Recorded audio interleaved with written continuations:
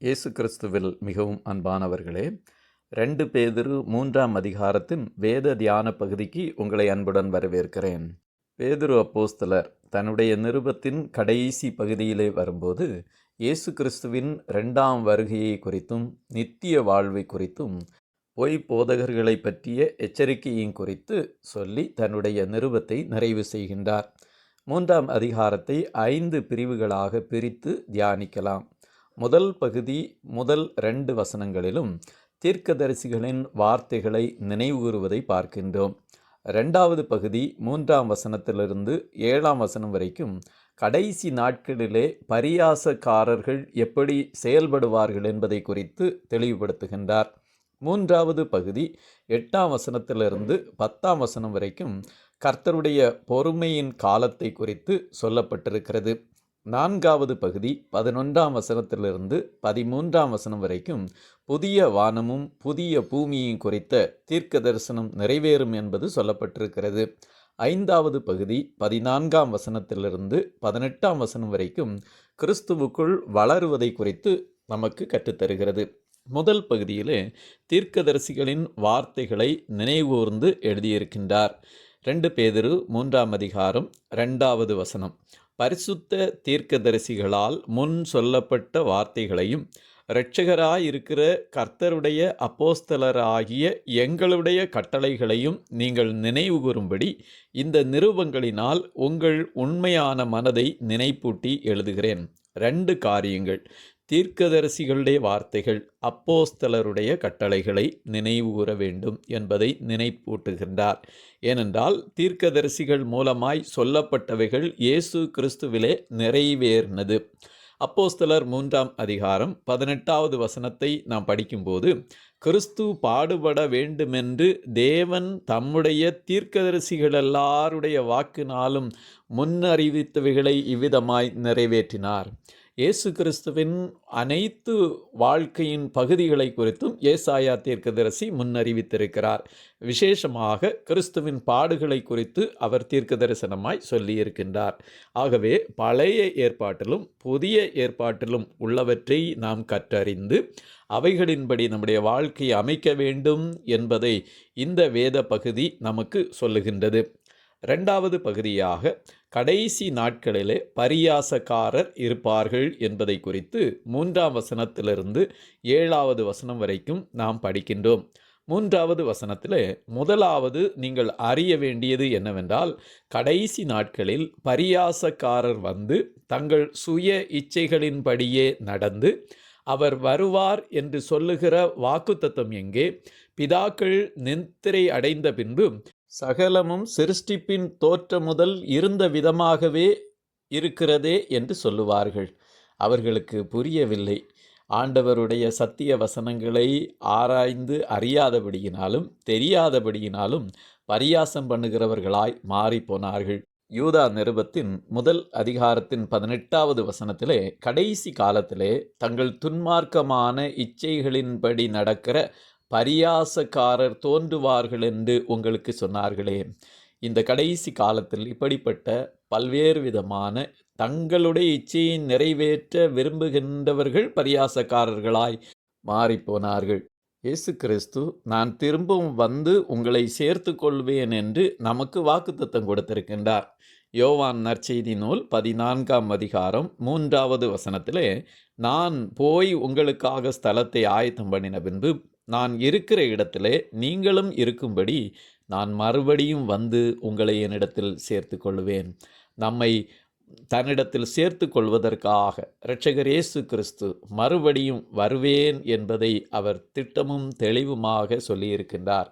அவருடைய வாக்குத்தத்தங்கள் கிறிஸ்துவுக்குள் ஆமென்றும் ஆமேன் என்றும் இருக்கிறபடியால் நிச்சயமாகவே அவர் நம்மை சேர்த்து கொள்ள வருவார் என்ற நம்பிக்கையிலே நாம் நிலை கொண்டிருக்க அழைக்கப்பட்டிருக்கின்றோம். கர்த்தராகிய ஆண்டவர் இந்த உலகத்தை தன்னுடைய வார்த்தையினாலே சிருஷ்டித்து ஜலத்தின் மேலே நிலைநிறுத்தி வைத்திருக்கிறார் என்பதை நாம் ஆதியாகமம் 1ஆம் அதிகாரத்தில் வாசிக்கின்றோம். அதை தொடர்ந்து ஆதியாகமம் 8ஆம் அதிகாரத்திலே ஜலப்பிரளயத்தினாலே ஆண்டவர் இந்த உலகத்தை அழித்திருந்தும் அதை திரும்பவும் ஸ்திரப்படுத்தி இருக்கிறார் என்பதை நாம் படிக்கின்றோம். ஆதியாகமம் 8ஆம் அதிகாரம் 22வது வசனத்திலே, நோவா காலத்திலே கர்த்தர் பூமியிலுள்ள நாளளவும் விதைப்பும் அறுப்பும் சீதளமும் உஷ்ணமும் கோடைக்காலமும் மாரிகாலமும் பகலும் இரவும் ஒளிந்து போவதில்லை என்று தம்முடைய உள்ளத்திலே சொன்னார். அப்படியே இன்றைய நாள் வரைக்கும் இவைகள் அனைத்தும் ஸ்திரமாய் கர்த்தருடைய நியாய தீர்ப்புக்கென்று வைக்கப்பட்டிருக்கிறது. 3ஆம் அதிகாரம் 7வது வசனத்திலே, இப்பொழுது இருக்கிற வானங்களும் பூமியும் அந்த வார்த்தையினாலே அக்கினிக்கு இரையாக வைக்கப்பட்டு தேவ பக்தி இல்லாதவர்கள் நியாயம் தீர்க்கப்பட்டு அழிந்து போகும் நாள் வரைக்கும் காக்கப்பட்டிருக்கிறது. ஆகவே நியாய தீர்ப்புக்காக இவைகள் அனைத்தும் வைக்கப்பட்டிருக்கிறது. ஆனால் அழிந்து போகும் என்பதும் தெளிவுபடுத்தப்பட்டிருக்கிறது. மல்கியா தீர்க்கதரிசி கர்த்தருடைய நாளை குறித்து எழுதும்போது 4ஆம் அதிகாரம் 1வது வசனத்திலே, இதோ சூளையைப் போல எரிகிற நாள் வரும், அப்பொழுது அகங்காரிகள் யாவரும் அக்கிரமம் செய்கிற யாவரும் துரும்பாயிருப்பார்கள். வரப்போகிற அந்த நாள் அவர்களை சுட்டெரிக்கும், அது அவர்களுக்கு வேரையும் கொப்பையும் வைக்காமற் போகும் என்று சேனைகளின் கர்த்தர் சொல்லுகின்றார். ஆகவே இந்த உலகம் நியாய தீர்ப்புக்கு வைக்கப்பட்டிருக்கிறது என்பதை தீர்க்கதரிசிகள் முதலாய் நமக்கு சொல்லி இருக்கின்றார்கள். இதன் பின்பு கிறிஸ்துவின் 1000 ஆண்டு அரசாட்சி வரும், நியாய தீர்ப்பு நடைபெறும் என்பதை நாம் வெளிப்படுத்தல் புத்தகத்திலே படிக்கின்றோம். 3வது பகுதியாக கர்த்தருடைய பொறுமையின் காலத்தை குறித்து 8ஆம் வசனத்திலிருந்து 10ஆம் வசனம் வரைக்கும் நாம் படிக்கின்றோம்.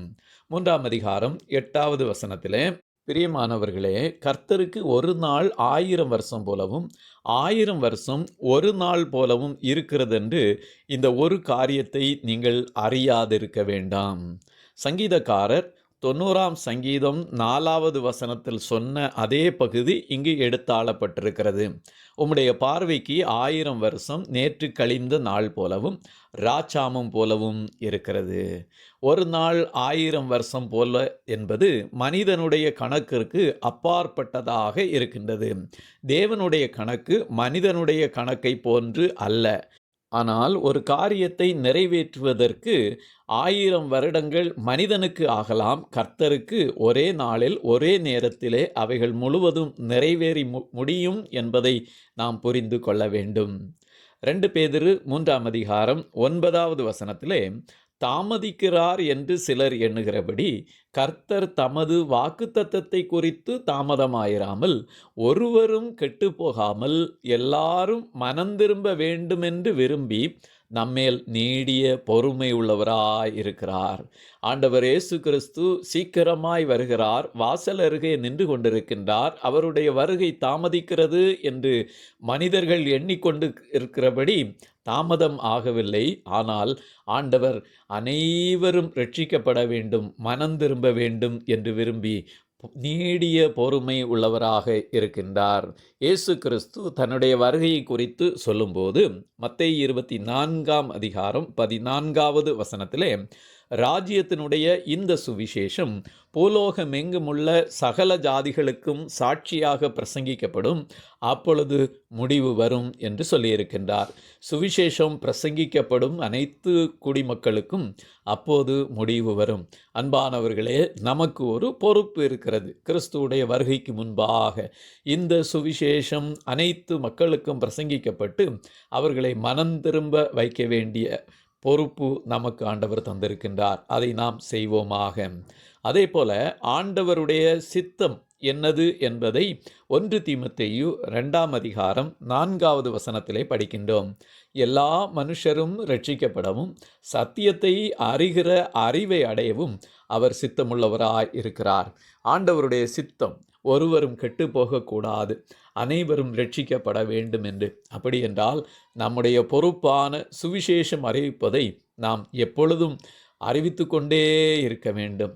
கர்த்தருடைய வருகையை குறித்தும் நடக்கும் சம்பவங்களை குறித்தும் 3ஆம் அதிகாரம் 10வது வசனத்திலே, கர்த்தருடைய நாள் இரவிலே திருடன் வருகிற விதமாய் வரும், அப்பொழுது வானங்கள் மடமடவென்று அகன்று போகும், பூதங்கள் வெந்து உருகிப்போம், பூமியும் அதிலுள்ள கிரியைகளும் எரிந்து போம் என்று சொல்லப்பட்டிருக்கிறது.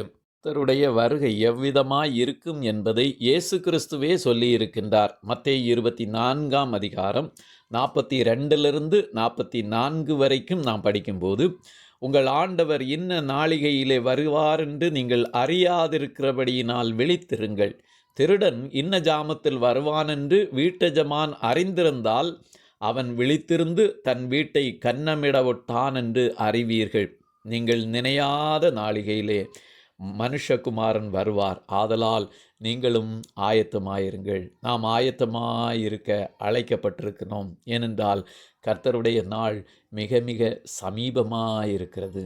இதை யோவேல் தீர்க்கதரிசியும் 1ஆம் அதிகாரம் 15வது வசனத்திலே, அந்த நாள் நிமித்தம் ஐயோ, கர்த்தருடைய நாள் சமீபமாயிருக்கிறது, அது சங்காரம் போல சர்வ வல்லவரிடமிருந்து வருகிறது. ஆகவே கர்த்தருடைய வருகைக்காக நாம் ஒவ்வொரு நாளும் காத்திருந்து ஆயத்தமாய் விழித்திருக்க அழைக்கப்பட்டிருக்கிறோம் என்பதை புரிந்து கொள்வோமாக. 4வதாக, புதிய வானமும் புதிய பூமியும் உண்டாகும் என்பது 11ஆம் வசனத்திலிருந்து 13வது வசனம் வரைக்கும் சொல்லப்பட்டிருக்கிறது. 12வது வசனத்தில், தேவனுடைய நாள் சீக்கிரமாய் வரும்படிக்கு மிகுந்த ஆவலோடே காத்திருங்கள். அந்த நாளில் வானங்கள் வெந்து அழிந்து பூதங்கள் எரிந்து உருகிப்போம். அவருடைய வாக்குத்தத்தத்தின்படியே நீதி வாசமாயிருக்கும் புதிய வானங்களும் புதிய பூமியும் உண்டாகும் என்று காத்திருக்கிறோம். ஆண்டவர் இயேசு கிறிஸ்து வருவதற்காக நாம் காத்திருக்க வேண்டும். அந்த நாளிலே இவை அனைத்தும் நடக்கும் என்பதை புரிந்து கொள்வோமாக. வெளிப்படுத்தல் 22ஆம் அதிகாரம் 20வது வசனத்திலே, இவைகளை சாட்சியாக அறிவிக்கிறவர் மெய்யாகவே நான் சீக்கிரமாய் வருகிறேன் என்கிறார். ஆமேன். கர்த்தராகிய இயேசுவே வாரும். மத்தேயு 24:35, வானமும் பூமியும் ஒளிந்து போம், என் வார்த்தைகளோ ஒளிந்து போவதில்லை. ஆகவே வானம் பூமி அனைத்தும் வெந்து அழிந்து எரிந்து போகும். ஆனால் கர்த்தருடைய வார்த்தை, அவர் சொன்ன வாக்குத்தத்தங்கள் அப்படியே நிலைத்து நிற்கும். ஆண்டவர் புதிய வானத்தையும் புதிய பூமியையும் சிருஷ்டிக்கிறார் என்பதை ஏசாயா தீர்க்கதரிசியே கூறியிருக்கின்றார். ஏசாயா 65ஆம் அதிகாரம் 17வது வசனத்தை படிக்கும்போது, இதோ நான் புதிய வானத்தையும் புதிய பூமியையும் சிருஷ்டிக்கிறேன், முந்தனைவுகள் இனி நினைக்கப்படுவதும் இல்லை, மனதிலே தோன்றுவதும் இல்லை. ஆகவே புதிய வானமும் புதிய பூமியும் நமக்கு முன்பாக உருவாக்கப்பட இருக்கிறது. அதை ஏசாயா 66ஆம் அதிகாரம் 22வது வசனத்திலே, நான் படைக்கப் போகிற புதிய வானமும் புதிய பூமியும் எனக்கு முன்பாக நிற்பது போல உங்கள் சந்ததியும் உங்கள் நாமமும் நிற்கும் என்று கர்த்தர் சொல்லுகின்றார். ஆகவே கிறிஸ்துவுக்குள்ளாய் புதிய வானம் புதிய பூமிக்குள் கடந்து செல்வதற்கு ஆண்டவருக்குள்ளாக நாம் வளர வேண்டும் என்பதை வேதம் நமக்கு எடுத்துரைக்கின்றது. 3ஆம் அதிகாரம் 14வது வசனத்திலே, ஆகையால் பிரியமானவர்களே, இவைகள் வர காத்திருக்கிற நீங்கள் கரையற்றவர்களும் பிழையில்லாதவர்களுமாய் சமாதானத்தோடே அவர் சன்னதியில் காணப்படும்படி ஜாக்கிரதையாயிருங்கள். ஆகவே ஆண்டவர் நம்மை அழைத்திருக்கிறார், தெரிந்தெடுத்திருக்கின்றார். நாம் கிறிஸ்துவிலே உறுதியாயிருக்க ஜாக்கிரதையாய் காணப்பட அழைக்கப்பட்டிருக்கிறோம் என்பதை புரிந்து கொண்டு கிறிஸ்துவுக்குள்ளாய் வளருவோமாக. தொடர்ந்து எப்படி பவுல் அப்போஸ்தலரோடு அவருக்கு திரும்பவுமாய் நெருக்கமான உறவு உண்டானது என்பதை குறித்து எழுதியிருக்கின்றார். பல்வேறு விதமான வித்தியாசமான மனவிருப்பமற்ற எண்ணங்கள் இருந்தாலும் இறுதியிலே கர்த்தருக்குள்ளாய் ஒன்று சேர்ந்து ஒவ்வொரு ஊழியரையும் அவர் கட்டி எழுப்பியிருக்கின்றார் என்பதை பேதுருவின் நிருபத்திலே படிக்கின்றோம். நிறைவாக 18வது வசனத்திலே, நம்முடைய கர்த்தரும் இரட்சகருமாகிய இயேசு கிறிஸ்துவின் கிருபையிலும் அவரை அறிகிற அறிவிலும் வளருங்கள், அவருக்கு இப்பொழுதும் என்றென்றைக்கும் மகிமை உண்டாவதாக என்று சொல்லி கர்த்தரை துதிப்பதை நாம் பார்க்க முடிகின்றது. ஆகவே நம்முடைய வாழ்க்கையிலே கர்த்தருடைய கிருபையும் சமாதானமும் பெருக கடவது என்று சொல்லி இந்த நிருபத்தை ஆரம்பித்திருக்கிறார். 2 பேதுரு 1ஆம் அதிகாரம் 2வது வசனத்திலே அப்படியே கிருபையும் சமாதானத்தையும் கொடுத்து நிறைவு செய்வதையும் நாம் பார்க்க முடிகின்றது. நம்முடைய வாழ்க்கையிலும் கிருபையும் சமாதானமும் பெருகட்டும். கர்த்தருடைய பரிசுத்த வருகைக்காக ஆயத்தப்படுவோம், அநேகரை ஆயத்தப்படுத்துவோம். புதிய வானம் புதிய பூமியுமான பரிசுத்த நகரத்திலே நாம் சந்திப்போம். கர்த்தர் நம்மை ஆசீர்வதிப்பாராக. ஆமேன், ஆமேன்.